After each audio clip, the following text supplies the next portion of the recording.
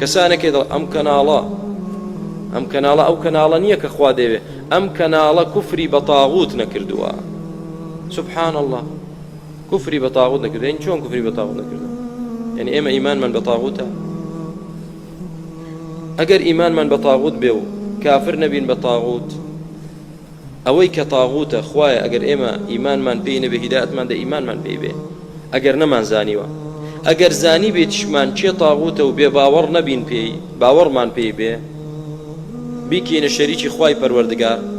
خوای پەروەردگار لە ناومان بەری یەک سەعاتی تر بەسەر منیش و هەرچی کارمەندانی کەناڵی ئامۆژگاریدا هەیە سەعاتێکی تر تێنەپەڕێ بۆ خاتری ناو جوانەکانت. دوای عەسرە لە ماڵەکەی تۆ دانیشتوم و مسلمانان گوێ دەگرن بە هەمویان بڵێن ئامین. ئەگەر بزانین تاغوت کێیە و باوەڕمان پێی بێت و ئیمانمان پێی بێ، بێ باوەڕ نەبین پێی، یا ڕەبی خوای گەورە لە ناومان بەری هەمووتان بڵێن ئامین.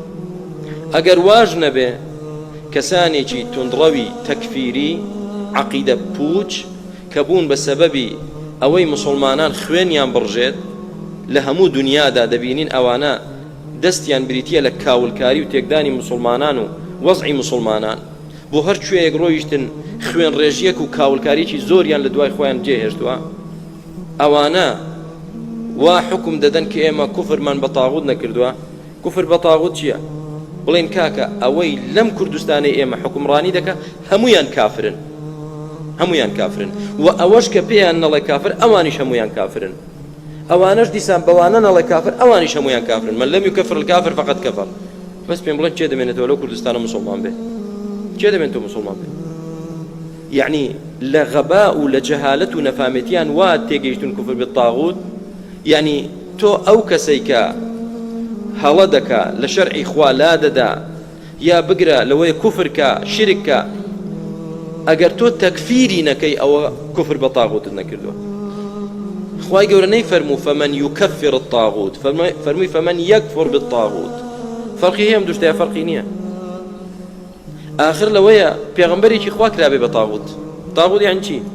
كل ما تجاوز به العبد حده من معبود أو متبوع أو مطاع. ئەگەر کەسێک لە منزیلەتی عەبدایەتی بەرزکەوێ بۆ منزیلەتی معبودیەت بپەرسترێ، ئەو کەسە کراوە بە تاغوت. عیسا دەپەرسترێ کراوە بە ئیلا یا نەکراوە؟ ئێستا ئێمە دەبێ بڵین بێباوەڕین بەوەی کە عیسا کراوە بە ئیلا، یا دەبێ عیسا کافر کەین؟ کامیان؟ ئێستا عیسا کراوە بە ئیلا یا نەکراوە؟ کراوە بە ئیلا. ئێمە دەبێ بێباوەڕ بین بەو شتە یا تەکفیری عیسا بکەین؟ دەبێ بێباوەڕ بین. کاکە ئەو کەسەی دەڵێ عیسا ئیلاهە خوایە ئێمە بەریئین لەو شتە، باوەڕمان بەو شتە نییە. عیسا عەبدی خوایە و ڕەسوولی خوایە. ئەوان دەڵێن کوفر بالطاغوت یعنی تەکفیر الطاغوت. دەبێت تۆ تەکفیری کەی. تاغوت هەر کەسێکە ئیبن القەیم دەفەرمێ لە سنووری خۆی بەرز کرابێتەوە و پەرستنی بۆ بکرێ، کراوە بە تاغوت. هەر کەسێ گوێڕایەڵیکردنەکەی کە لە حەڵاڵ و حەرامدا زێدەڕەوی تێدا کرا کە قسەی عالمێکت خستە پێش قسەی خوا و پێغەمبەر، کردت بە چی؟ کردت بە تاغوت.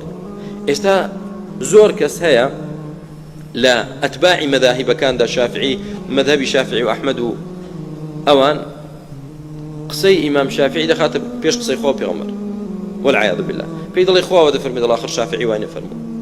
ئێستا ئەو کەسە جاهیلە شافعی کرد بە تاغوت یان نەیکرد؟ بەڵێ. ئێمە چۆن کافر بین بە تاغوت؟ بڵێن چی؟ بڵێن خوایە ئێمە باوەڕمان بەو زێدەڕەویە نییە کە قسەی ئیمام شافعی بخرێتە پێش قسەی چێ؟ قسەی خوا پێغەمبەر. ئێمە بێ باوەڕین بەو شتە. ئەوان دەڵێن دەبێت کافر تەکفیر بە تەکفیر الطاغوت. یعنی بڵێم شافعی کافرە چونکە خەڵق قسەی ئەو دەخاتە پێش قسەی قورئان و حەدیث، تەکفیری کەم.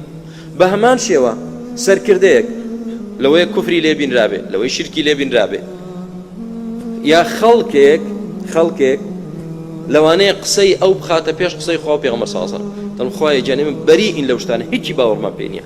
ئەوە کوفر بتاغوت. نا، کوفر بتاغوت دەبێت تۆ کافری کەی.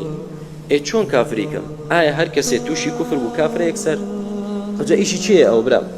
ئیشی محکەمەیە، ئیشی عولەما، قوضات دابنیشن ئەو کەسێک کە تووشی کوفر بووە بانگ بکرێ، ئیستیتابە بکرێ، ئیقامی حوجەی لەسەر بکرێ. ئایا ئەو شتێک کە کردوتە تۆ دەزانی چیت کرد، دەزانی چی دوت؟ دوای ئیقامی حوجە قەضا بڕیاری کافربوونی لەسەر دەدا و دەڵێن ئەو کەسە مرتەدە. ئەو کەسە ئومەتی ئیسلام کەواتە ئەو کەسە دەبێت بە کافر دابنرێ.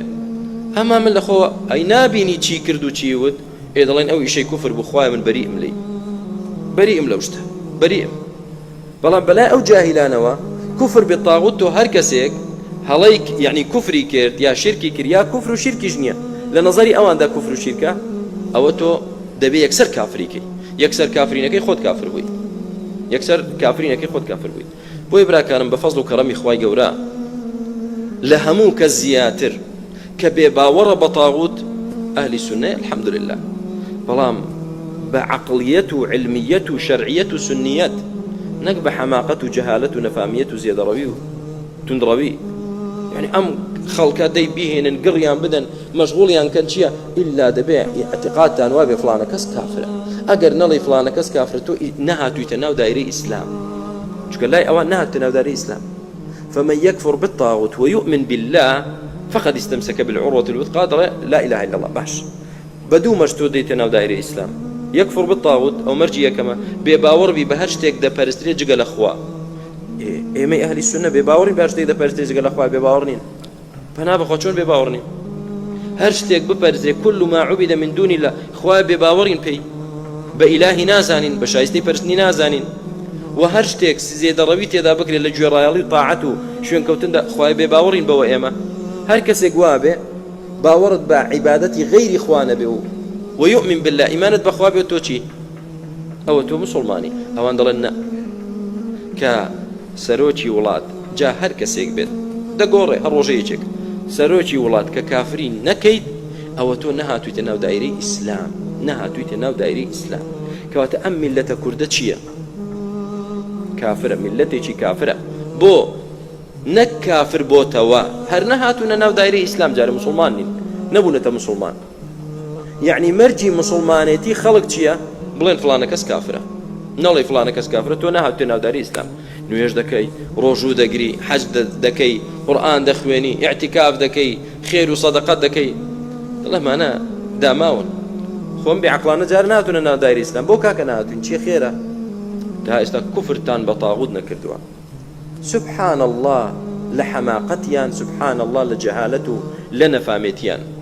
بەڵام موژدە بێ براکانم لە هەر کوێیەک سەر هەڵدەن خوای گەورە خۆی وای کردو قوتە چونکە ئەم دینە چەوتە نابێ بە ناوی ئیسلامەوە بڵاو بکرێتەوە.